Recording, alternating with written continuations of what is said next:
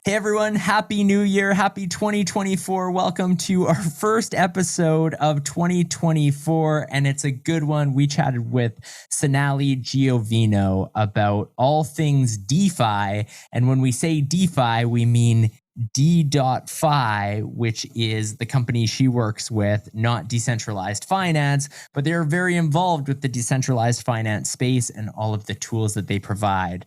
Alf, what were your thoughts of this conversation? Well, we got to learn all about security and risks in crypto. Sonali shared a story about one of her times getting scammed in crypto. And unfortunately, that is a reality for many people in the space. Many of us have been through something like that. It was a sad story, but one that I think will resonate with many people, and sort of really emphasizes the necessity for good security and security practices within the space. So that whole side of it, talking about security, was super interesting. But of course, then we also talked a lot about DeFi, the super app, and the company that Sonali works with. And they're doing a lot of great things as far as the tools that their app offers. I personally tried them out leading into this interview. I hadn't used them before. And honestly, they really are. There's a lot of powerful tools, a lot to work with there on the security side, on portfolio management, on just research in general, and looking out for new projects, new yield, etc. So there was really a lot that we covered, and I thought it was super interesting. Yeah, this is going to be an episode that you're going to want to watch all the way through or listen to all the way through. We get in right from the start talking about the fact that Sonali is a fellow British Columbian. Alf and I are based in Western Canada. So is Sonali. So we talk about the Vancouver crypto scene. What's that like? How did she get into crypto? And then, as Alf mentioned, into all things DeFi. And then from there, her personal story and her tips on how you can stay safe in the crypto market. We know you're going to love this episode. Show me the crypto. Show me the crypto. Show me the crypto. In a world on the brink of disruption, two men will bring you clarity by interviewing some of the most intelligent and influential names in the blockchain world. Welcome to Show Me the Crypto with your hosts, Wade Patterson and Ulf Lonergan.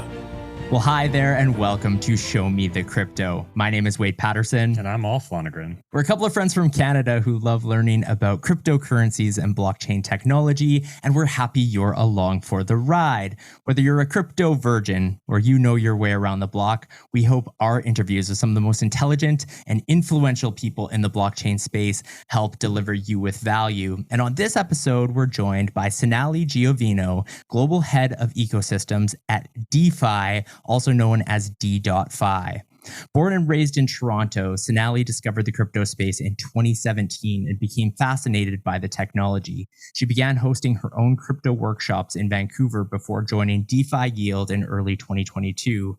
DeFi is on a mission to make the decentralized finance space safer for everyone through its fully automated smart contract security scanner and unique crypto asset management dashboard. Sonali, welcome to Show Me the Crypto. Thanks, guys. Thanks for having me. Yeah, excited to have you on because this is a treat. We don't always have a fellow Canadian on the podcast, let alone a fellow British Columbian. True. So considering that when you got introduced to the space and you started hosting these workshops in Vancouver, how would you describe the Vancouver crypto scene? Yeah, I mean, so when I started, it was in 2017. I mean, I remember that's when, crypto and just blockchain in general, like the whole, I think, theme of it was becoming a little overhyped or like super hyped. And that was around the time where I started learning about it. I became very fascinated by decentralization and like just the blockchain technology, the privacy, and just putting the power back in people's hands, becoming your own bank sort of thing. And Yeah, no, it's pretty interesting. I mean, at the time, there were like a few crypto like events here and there, but I think from what I started learning, I just realized that there was a lot of people that were interested to understand just the basic fundamentals. Because I'm sure, as you know, when you talk to people, like I'm sure, just like your regular friends, there's still so many people that don't understand just what is crypto exactly and how does it work? Like just bottom of the barrel basics. So yeah, so I just started holding crypto like just purely educational crypto 101 fundamentals, like just workshops, like teaching people who created Bitcoin, how many are, have been mined and released to the public, what is supercomputers and how does mining work, and different exchanges, how to buy and sell, what is backing a altcoin and what gives it its value. And so, yeah, I was just going over, that sort of stuff. And then every once in a while, they bring in a guest speaker, maybe just to, add more information. But it was great. What was cool about that is, honestly, at first I thought I wasn't going to get that many people that would show up. I thought like, okay, I was happy to get like 10 people and, share some education. But yeah, it was shocking, honestly. I think by like week 2, because I was doing it weekly, and by week 2, there was like 40, then 50, then 60 people that were showing up, and it was consistent.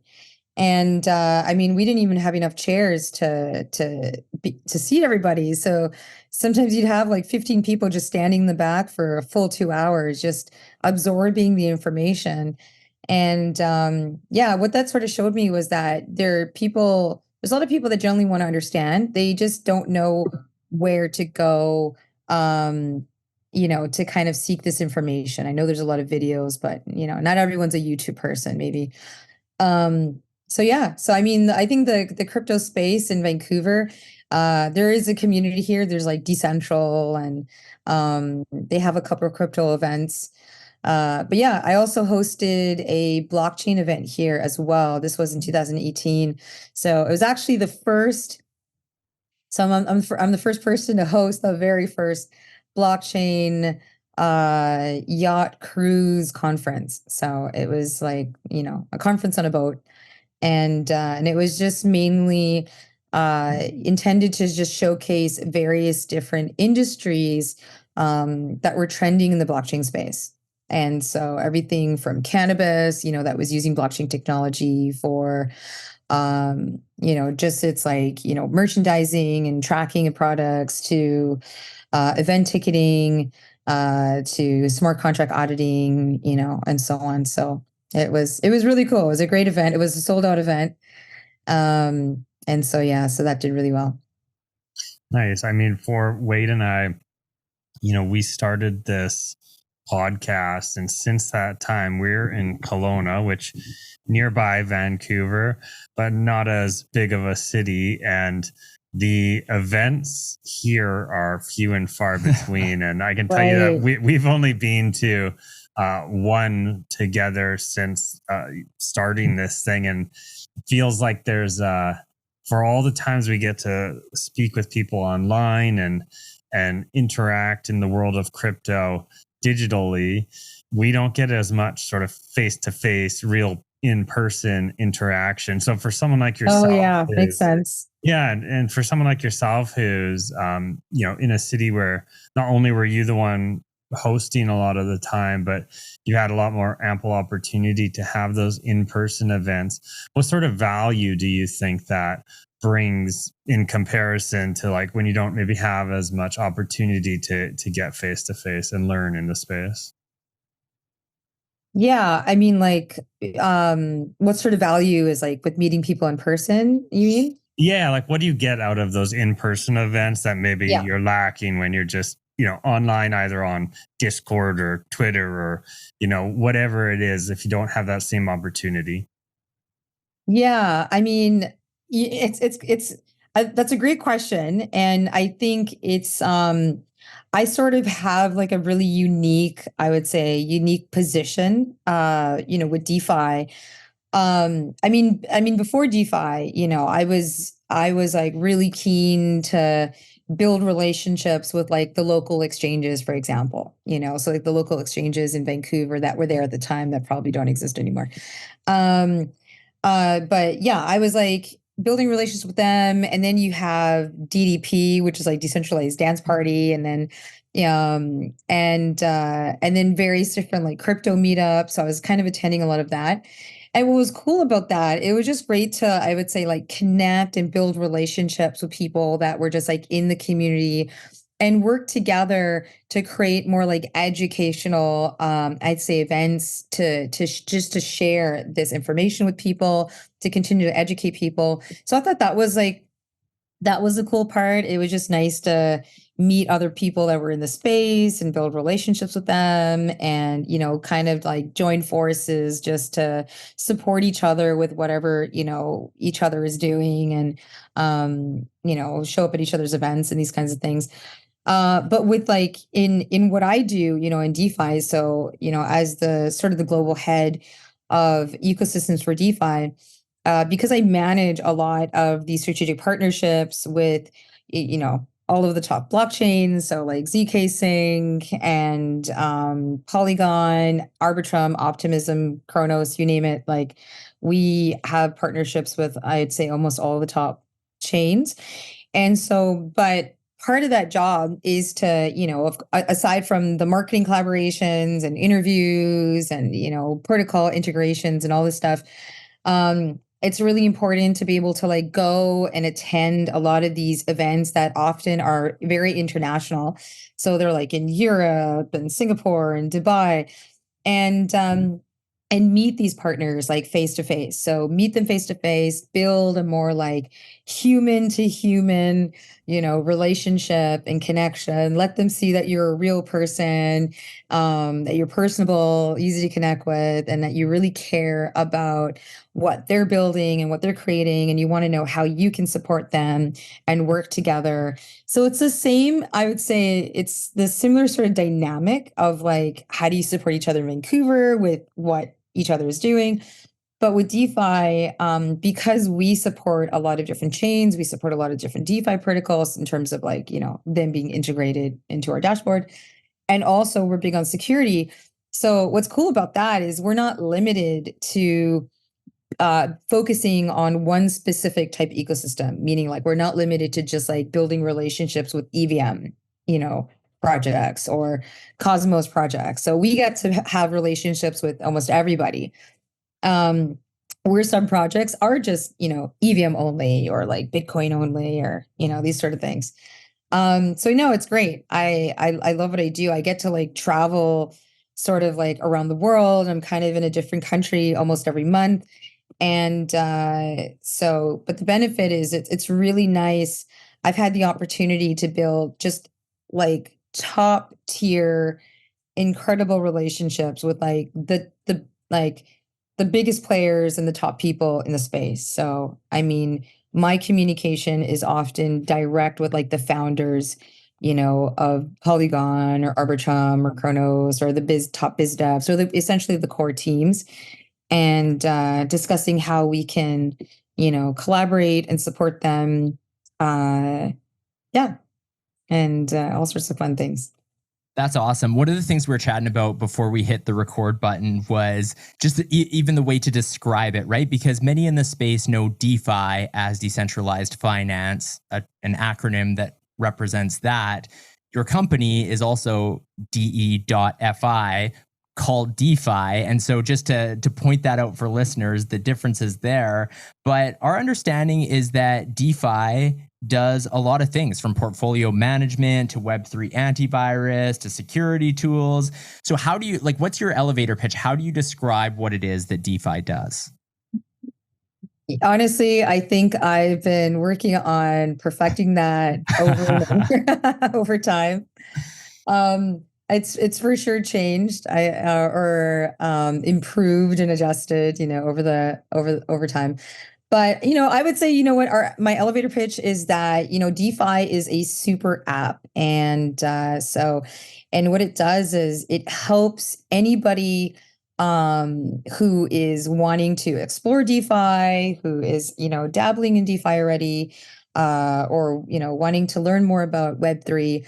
And so it does this by like, one, it's a super app because it covers a lot of incredible services and tools and features that make your life a hell of a lot easier. So one is like, it's a portfolio dashboard, so it helps you keep track of a lot of your tokens, your DeFi positions, staking, liquidity pools, NFTs, lending, borrowing. It shows you your profit and loss, historical transactional value. But also it's one of the first, I'd say, portfolio management dashboards to also support, in addition to all the EVM chains, but also support Cosmos chains, and Cardano and Tezos, and so many more. Solana. So, and that was really difficult for a lot of previous portfolio managing dashboards to do. Before, a lot of them were EVM only. It was the easiest kind of sort of thing to do. But then the reality is, when people are exploring DeFi, they're exploring sometimes a variety of different ecosystems, right? And they're making deposits, buying an NFT in there. And it's really hard to keep track of all that stuff when you're dabbling. So sometimes, when you connect your wallet to, like, say, a dashboard like DeFi, you'll end up like sometimes seeing things that from like you completely forgot about from like couple years ago, an NFT you forgot you even had that's raised, and a heck ton of value, or some tokens, or airdrops, etc. So, but there's that. And then also, not only do we want to, help users be able to keep track of that, their portfolio a lot easier, but we want to make it easier to also be able to find some of these DeFi opportunities. So we have something called the Explore Yields. And so it's an APY aggregator. Users can go on there, they can connect their wallet, they can search like what are the top dexes available on Binance, or who's offering the best liquid staking in Cosmos. You can search according to TVL, you can search according to DeFi product, like lending, dexes, for example. And you can even take a look at like liquidity pools. So you can see, maybe you're interested in participating in a few liquidity pools, but you're not really sure what is the health of this liquidity pool, like how much liquidity is in it. So that kind of stuff you can actually see through the DeFi dashboard. So you can just search for various liquidity pools and products, and you can see how much liquidity is in there. How is it actually doing? Is this a good time to participate in this particular liquidity pool? And maybe it's not. Maybe there's a better one, other than an alternative one than the one you were initially thinking. So that's a great tool as well. But of course, like DeFi, we're really big. Another area that we're really big on is security. And security, I would say, takes a pretty big spotlight in what we've been doing lately. And so, recent DeFi is known as being the creators for what's called the DeFi antivirus. And DeFi antivirus is essentially just like, it's a set of tools that anyone and everybody can access. They're absolutely free to use. And so, and they're really great. Like, we have one that's called the Shield. The Shield is awesome because, for people who are not technical and, just want to know like what's safe and what isn't, and without having to, have any technical background, the Shield is perfect for that. So you just connect your wallet. You can connect as many wallets as you like, actually, but it'll scan multiple wallets at once. It'll scan multiple chains at once, and it'll alert you of which tokens and contracts that you have already approved that are being flagged as a high risk. So being flagged as a potential rug pull, that a potential to rug pull, or potential for a hack, or or something. So it'll let you know. It'll give you very specific information on what is getting flagged exactly. It'll give you even an example of a project that was hacked or exploited as a result of this very specific vulnerability that it has detected in your wallet. So, so that's great. And so users can, of course, just cancel approvals. We have a revoke button, a revoke feature where users can just revoke right away. They can revoke from individual contracts, or they can revoke from all contracts at once across all 13 chains also at once as well, if you like. So yeah, and so there's that. And then we have the scanner. Scanner is like, I just a much more advanced version of the shield, because the scanner like is not meant for, say, an already approved contract. Well, I mean you can scan that if you like, but technically with the scanner you can scan any smart contract type. So it's not limited to tokens or NFTs. You can scan a staking contract, a liquidity pool contract, just about any contract. And it'll give you a much more in-depth analysis of what has been detected from, like, say, unlimited transfer fee or limited transfer fee, proxy issues. It'll even let you know if there's governance associated with the contract or not. Is there an owner to the governance? Is it multi-sig? Is there no multi-sigs? Who are the top token holders? And of the top token holders, who's holding the most tokens? Is there potential for a dump? So it'll show you that. And it'll even show you where the vulnerability is located inside the code itself. So if somebody wanted to verify that, they could. But yeah, so that's a scanner. It's a great tool. It's actually being widely used right now, trusted and used by the University of London, University of Montreal, CoinGecko Terminal, and also AvaScan, just to name a few. So I was checking it out myself, and there's so much there. You probably didn't touch on everything. I didn't know. There's so much there, but I think for those listening or watching right now, it can probably almost sound like overwhelming to just like hear all the features. But For sure. I think as a user in the space, the easiest thing to do is go to D.Fi, connect your wallet or wallets, and just peruse around, because I'm just speaking from the minimal experience I have doing just that. And you guys have a really wonderful interface. Like, the user experience is great. You can connect, you easily just jump around to even if you're just checking out the features, it's really quick and easy to understand what value those features are providing. And you really do have a robust tool. I think, calling it a super app is not a bad way of getting across that this is not just like a one or two solution type product. There's a lot being offered here. And I know for me, like, one of the things that popped out just to share my experience was right away, it automatically does the scanning. I think it was probably the Shield app you were talking about. And I found like 8 vulnerabilities in my wallet from things that I just had, given access to, that I was like, well, these are like, one of them was from almost a year ago, one was from 2 years ago. And I'm like, I should be revoking access on these things, best practices, be safe. And I didn't know about it before. So just like that, it was easy to then revoke access to those contracts right through the DeFi app. So good experience from a new user here talking about it and like getting to see some of those features in action. And I think I love that not only does DeFi offer these features that are, maybe more for the trader or the person, hodling and stacking coins, but security really is sort of baked in at the forefront to sort of protect the user, which I think is just super important now. Absolutely. Yeah, no, absolutely.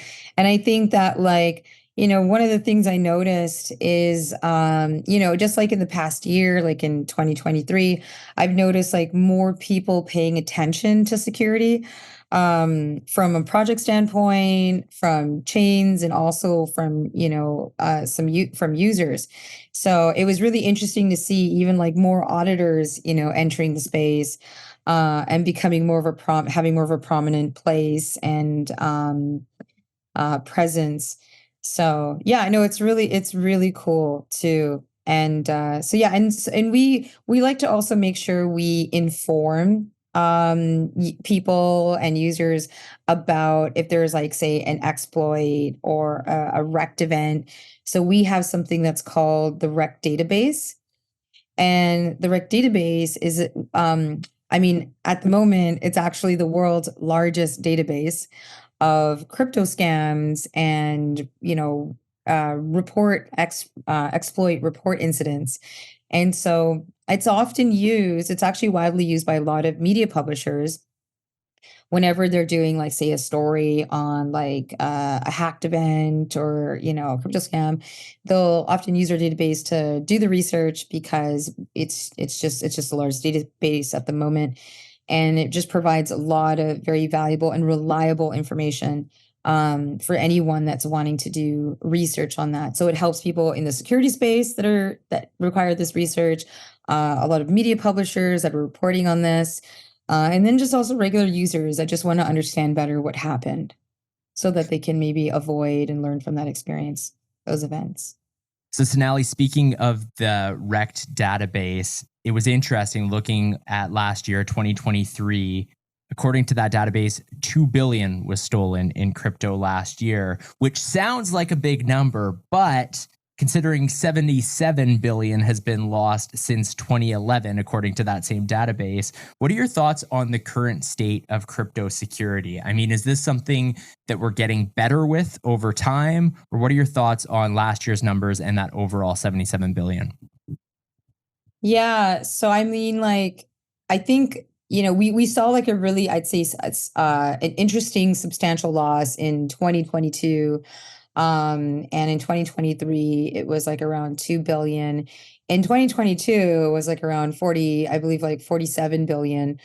But a lot of what we've noticed is that, even 2 billion might sound like a lot, it still has actually it's significantly lower than where it was in 2022. And I know for a lot of the Rekt exploit events in 2022, there was a lot happening.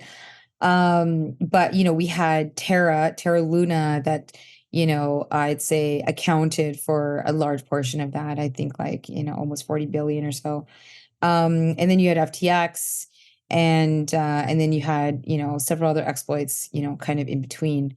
So, I mean, one of the things I've noticed, and I know I started mentioning this earlier, was I think part of the reason that 2023 had significantly less, crypto losses was because, we're starting to see more projects, kind of prioritize security, the security footprint, so that's sort of required. And I feel like honestly, in order to like really onboard the next billion and 10 million like users into like Web3, we need to make it a safer place for people, because part of the reason some people don't want to dabble in this because they're scared of getting scammed, they're scared of getting wrecked. And of course, getting involved in crypto doesn't mean that that's something that is going to happen. But I think because there's a lot of, unfortunately, I think we all know there's just a lot of crypto scammers out there. There's a lot of shit coins and like floating all over the place. There's a lot of new projects that, have great marketing, and then a couple months later, they've rugged the community. So yeah, I think that's part of the reason is like we're seeing projects invest more into their security tools, invest more into audits, like auditing their smart contracts and auditing their protocols.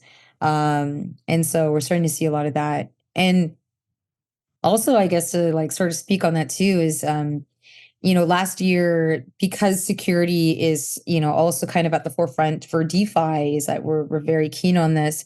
We want to protect people. We want to make sure people are being provided with, the tools to keep them safe and protect themselves, that are easy to use and not overly complicated. But yeah, in 2023, we hosted one of the largest, I'd say, security events in Europe. And so yeah, this was a Web3 security conference. So it was an event that I was coordinating. But yeah, we had various speakers, everything from ZK Sync to Hacken, and to like University of Warsaw professor, that was there as well, all speaking on various different topics, from smart contract security, chain security, wallet security, and just diving into discussions of how can we work together, how can we collaborate more, especially with such unique talent and innovative tools.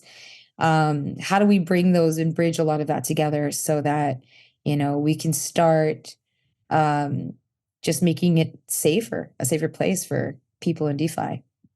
Unfortunately, to your point, it needs to get safer because it still isn't in many respects. And even with maybe, the furthering of general security practices and with users getting more educated, it seems that most of us who've been around for at least a little while have been scammed or wrecked at one point or another. I know I've been a victim of it, probably at my own fault for jumping into something too quick. But I'm curious, have you ever been wrecked or scammed? And if so, what's the story behind that? And if not, how can other people follow in your footsteps more? Oh gosh. So I have been scammed and I have been wrecked. It's a little embarrassing for sure, but it's always a little embarrassing because you feel like, how did it happen to me? But exactly. Why me? How is it possible? We all have that. I think that, that voice. But yeah, no, my experience was it was really tricky. It was a really tricky one. Okay, so part of my fault was I had some funds in my like MetaMask, right? And I don't advise anyone to have a large amount of funds in their MetaMask. I think it's highly advised to keep it in, something like a Trezor, a Ledger, a hard wallet, something much safer. And so I was in the middle of transferring my crypto from my MetaMask to my Ledger. And for some reason, I was thinking, like, I was on my way to ETH Denver actually. And I was thinking to myself, like, oh, you know what? I'll just do it when I'm like in ETH Denver. And so I connected to the Wi-Fi at the airport through my computer. And I think I don't know. I think I was just checking the markets or so. And then I went to ETH Denver, and there's a couple things that happened. So one was, I remember this was like day 2 in ETH Denver, and I noticed that I got logged out of my Telegram, and I thought that was strange, like logged out on my phone and also on my laptop. And so I tried to log back in again, and then it wasn't letting me log back in. And so I was like freaking out because I have all these chats with like all these partners that I've already planned to meet, and are sometimes on my only communication channel, with a lot of them is through Telegram. And so I was like freaking out. And then all of a sudden my team member, messaged me on Slack and was saying, are you messaging, me this strange stuff? And they're like, I think your account got hacked. And so I told them right away, I was like, oh yeah, shoot, sorry. Yeah, I'm trying to get back in and I don't know how. And then I think like later in that day, my partner called me, and because I was managing his crypto as well, and or his wallet, and he said, I noticed that my wallet saying 0 is, and he, and he's not very technical, Mm-hmm. or like very even like basic stuff, but he's like, oh, I noticed it's like 0, and I'm just, that seems strange. Maybe I'm not reading it properly, or maybe I touched something and I did something wrong. And so I said, okay, well, I'll take a look at it in a second. I'm just dealing with this freaking Telegram thing. And then I went to take a look at it, and I noticed that his wallet and my wallet both were completely empty. Oh, no. Crazy. And it was like 27,000 that I had in there. And so Wow. so it was a lot of money, and it's money I'm saving and putting away, in crypto.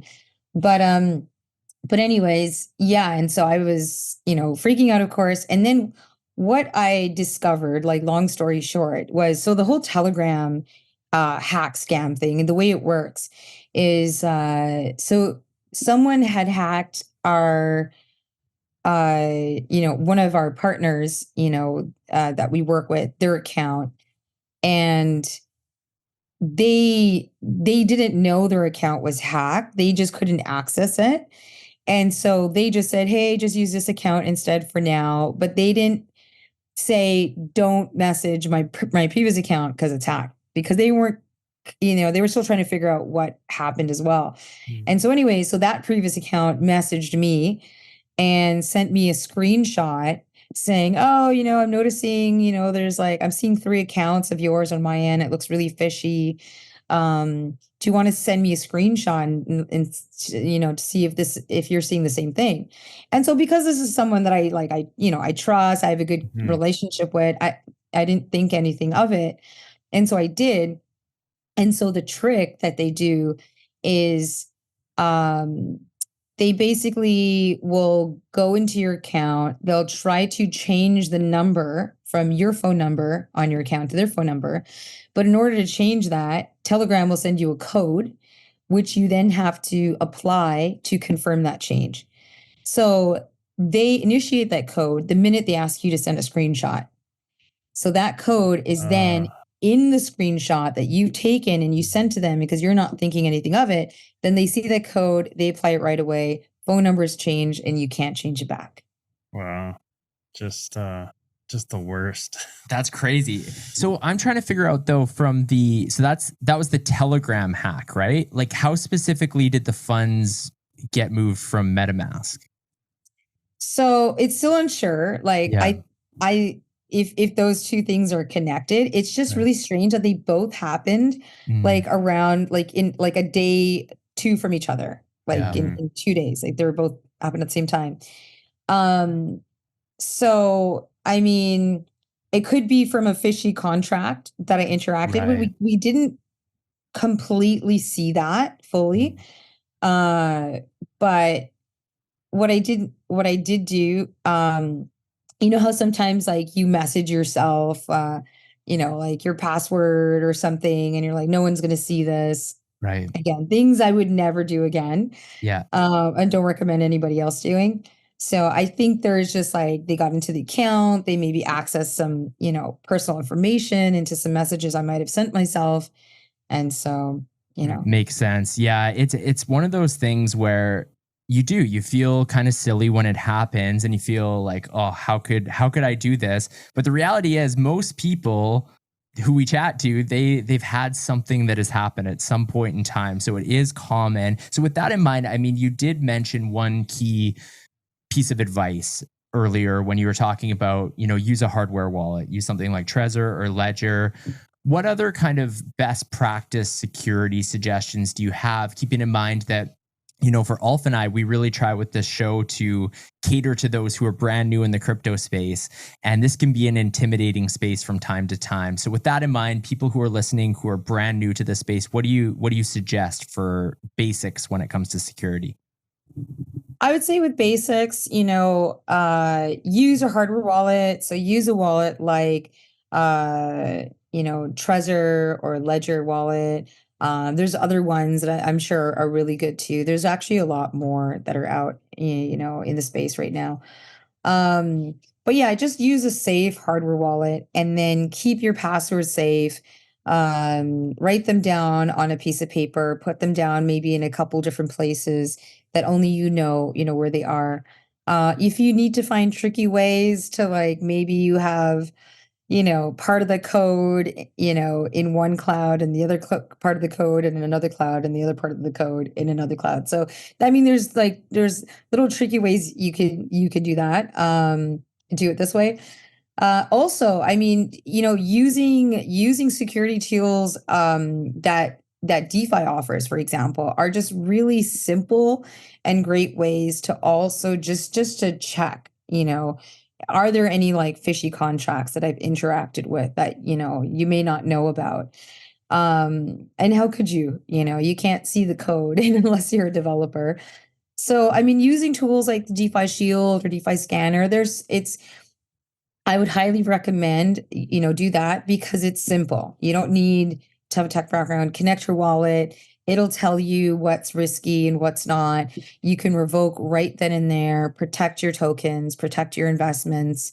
And then if you want to like just inquire about like a particular staking contract or a liquidity contract or a token, you can just, throw it in the scanner, give it a quick scan, give it a quick review and see, how safe is it?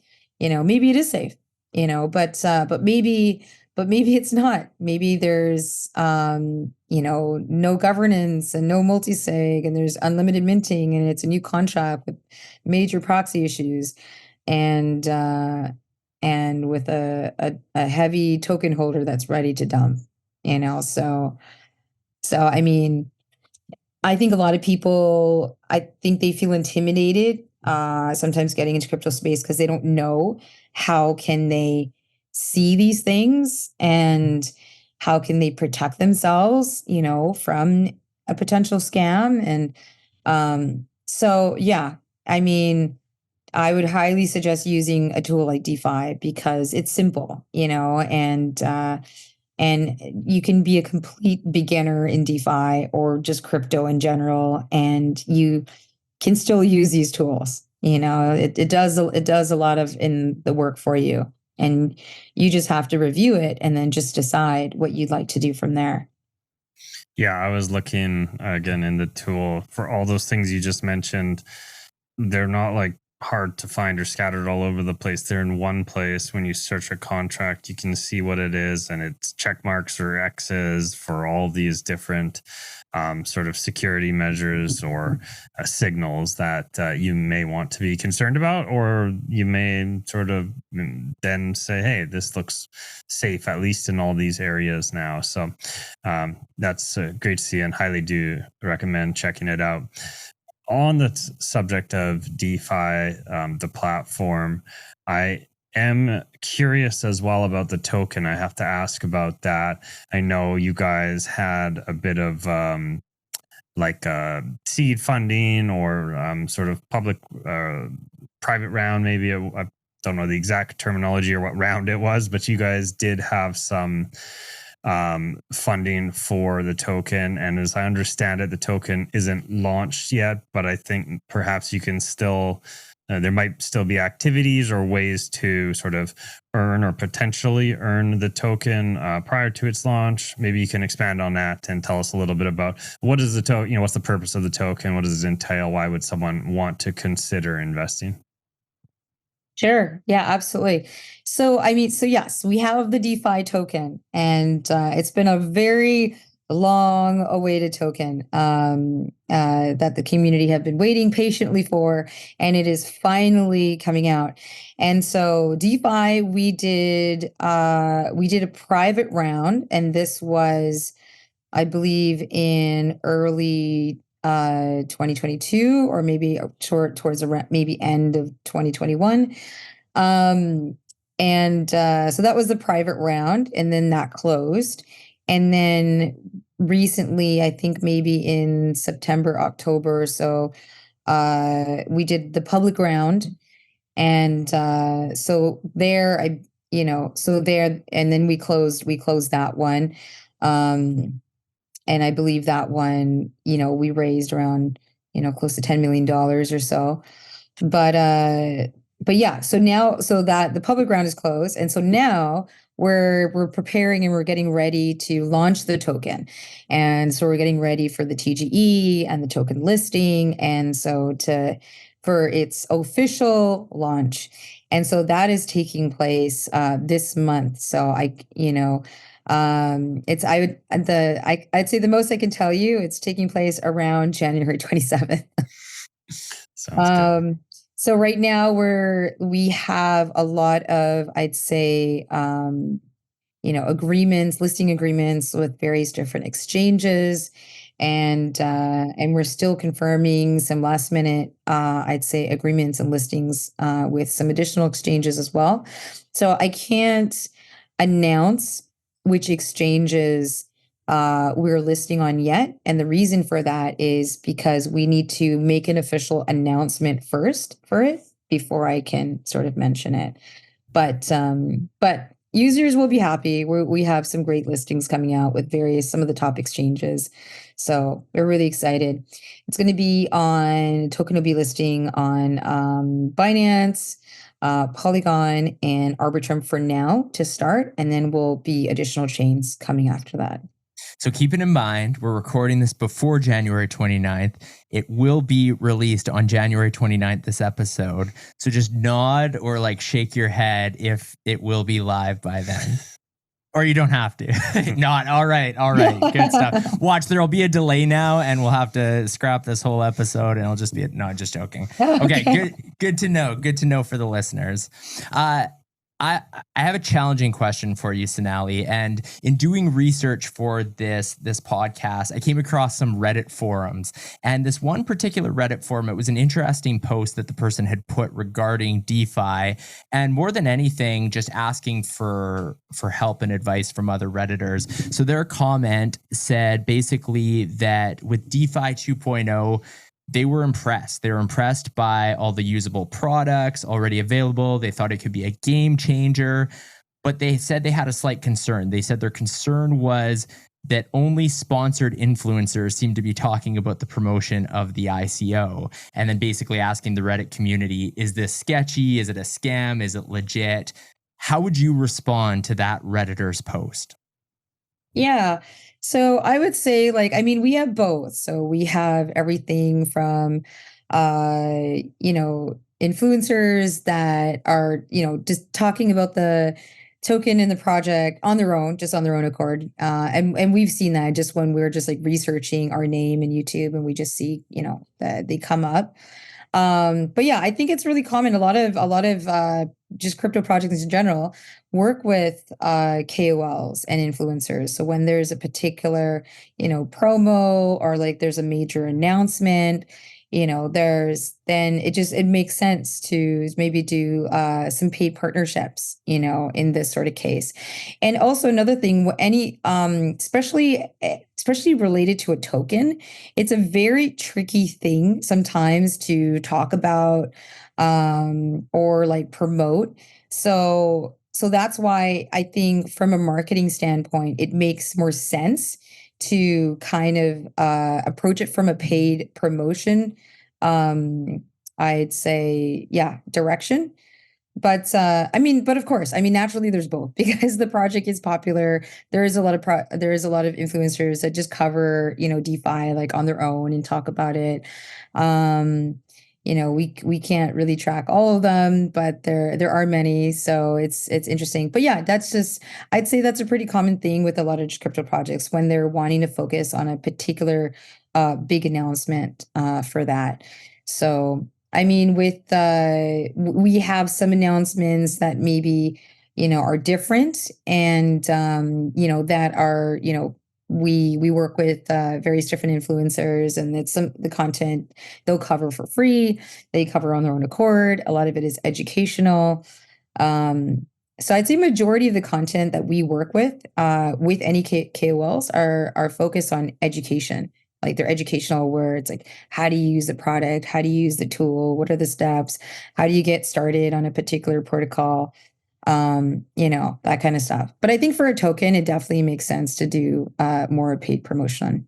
So Sonali, we're getting close to the end here, but there's a couple questions one question I want to ask, and then we're going to ask you the 3 questions we ask every single guest on the podcast. So we'll get to those in a second, but we're in an interesting time right now in the crypto cycle, I guess, or crypto price action, that type of thing. We saw a pretty big run up late in 2023, Bitcoin surpassing $40,000 US. And then now it's fallen a little bit at the time of the recording. Regardless, there's some debate. Are we in a bull market? Are we in a bear market? So regardless of that, when and if we hit kind of this next bull run, what do you think will be some of the dominating trends in the space? Especially if you think of the last bull run was kind of focused on NFTs was a big piece. DeFi was also a big piece. What do you kind of crystal ball gaze will be the focus in the future? Where do I see the market? Where is it going to be in the future? We will see, to be honest. Like I have a lot of optimism and around just the crypto space, Web3 space, and also DeFi, and part of the reason for that is because, you take a look at, like in 2023, we were, in a pretty, and 2022 actually. But the past 2 years, we've been in a pretty heavy like bear market. And what I find super fascinating is unless you work in this space, like, in the crypto or Web3 space, unless you work in this space, you would have no clue how busy and how busy the space is in terms of its development. It is ongoing, like full steam ahead in terms of development. So, I know we've seen like a few projects, come and go. But we've also seen, it's interesting to see the projects that have lasted and that are still standing. And so there's a lot of OG projects that are there. There's a lot of new projects that are learning from projects, that maybe didn't make it and are developing their strategies, their tools, their utility, their security, everything, differently. So that's something that I'm seeing is that this space, on the outside, you might see a bear market, but man, when you go to these crypto events, it's like it's like a total opposite side of the table. It doesn't seem like a bear market. It seems like a bull market. So one of the things I want to say is I don't see that stopping. I don't see the development stopping. I don't see the growth of the community stopping, and I surely don't see the security enhancements and improvements stopping either. So, I see there's a lot of growth for the crypto markets in the future in 2024. You have Bitcoin ETFs that pass. I know the market dumped like right after that. But like you're seeing also a lot of, I'd say, the traditional market starting to accept and consider and like, cryptocurrencies in the traditional markets more now, which is great. So that's just opening up a whole new market, in the Web2 sector and just traditional markets. But yeah, I see a lot of room for growth, and it's honestly all I see on a daily basis working in this space. Even though there's, you're battling the bear market. From a user standpoint, I think the bear market is all they see. From a developer standpoint, like when you're working in the space, growth is sort of like all you see or are focused on. So, yeah, that's just from my perspective. Well said. And I think that's the thing, right? And it's encouraging for those of us who've kind of stuck around in the tougher years when, the price action has gone down a little bit. It's funny, you mentioned earlier talking to our friends and how little sometimes they know about some of the basics of crypto. Same thing. I'm sure Ulf and myself have had conversations with people over the last year and a half, 2 years, where they're like, oh man, sorry about crypto. Hey, like it's dead. And it's like, well, no, if you know like what's going on in the space, it's very much the opposite. There's a lot happening. I'm sure you see that on a really clear level as well. Yeah, absolutely. So Sonali, as I mentioned, we like to end every episode of Show Me the Crypto with the same 3 questions we ask every single guest. It's a segment we call You Had Me at Crypto. So Ulf is going to ask you those questions. You ready? Let's go. All right. First question. Who's your favorite person to follow in the crypto space? Okay. So favorite person to follow, I follow quite a few people, but I would say one of my favorite people to follow is Coin Bureau. I follow a lot of his stuff. He's great. And So good. I love his stuff because he has such a nice balance between crypto news and what the feds, are talking about these days, what's the latest update, and also a lot of international news as well around crypto. So I like following him. Anyone else? There's one I'm thinking of, and I'm actually kind of forgetting his full Twitter name, but it's like Apin, Ape something.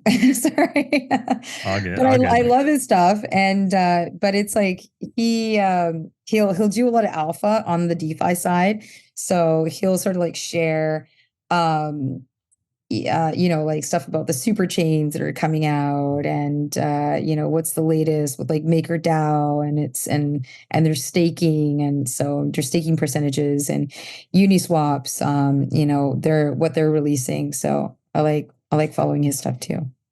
Coin Bureau's a great answer, and I don't think we've had that. We're about 130 episodes deep into this pod. I don't think anyone said Coin Bureau, but that's a solid. Yeah, I feel like inevitably people don't think about YouTube as much when we ask that question. They think about Twitter and X, but yeah, I mean, I genuinely, that could have been an answer I would give if someone asked me. Yeah, I love guys' stuff. It's very informative, so highly recommend checking it out. Good answer. Awesome. For number 2, what will the price of Bitcoin be 10 years from now? 10 years from now. Oh man. I hope 10 years from now we're like able to travel to other planets and solar systems, to be honest. I mean, 10 years from now, I mean, I'd like to say I see Bitcoin at, man, I want to say like 500,000. That's a good answer. Yeah. That's a believe it or not, you're probably below average in terms of what people say. But yeah, that's a good solid answer. A million is the like for sure 1 million. There you exactly. Go. There you go. Nice. All right. Third and final question: what's the most underrated project in the crypto space other than DeFi? D.Fi. Underrated project. Let's see. Oh boy, that is hard to answer. I'm thinking of so many. Yeah,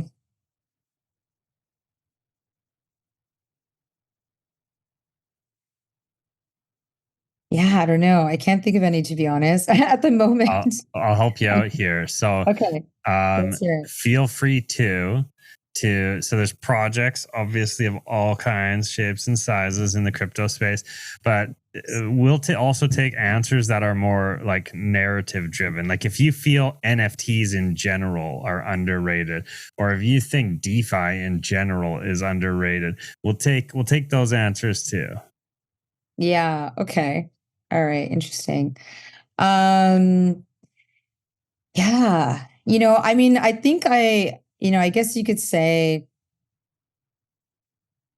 I mean, I want to say DeFi protocols, are like, some many of them can be like underrated because you have popular DeFi protocols. For example, like you have Uniswap, SushiSwap, Beefy, which are like the total OGs, right, of the space. But then you have like a lot of sometimes like underrated protocols, right? Like you have Trisolaris and you have Versus and even Bancor. Like Bancor is like like an OG as well, but you have some that you don't see talked about as much or as often anymore, even if they're new. So yeah, there's some protocols that I've tried. Like, I mean, I really enjoy dabbling in like the Cosmos space. So I like Osmosis and I like Juno protocols. And I think even some of the Cosmos like protocols are a little, underdogs because, even though they have like a community, there's still some of them like, people still don't, get to experience or dabble in very much.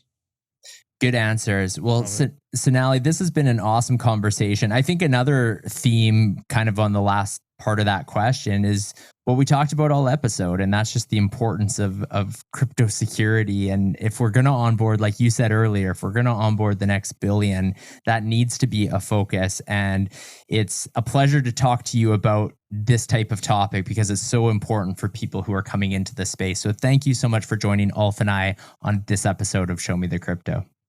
Awesome, guys. Thanks so much. Thanks for having me. Thank you for listening to Show Me the Crypto. Please make sure to subscribe as well as rate and review this podcast.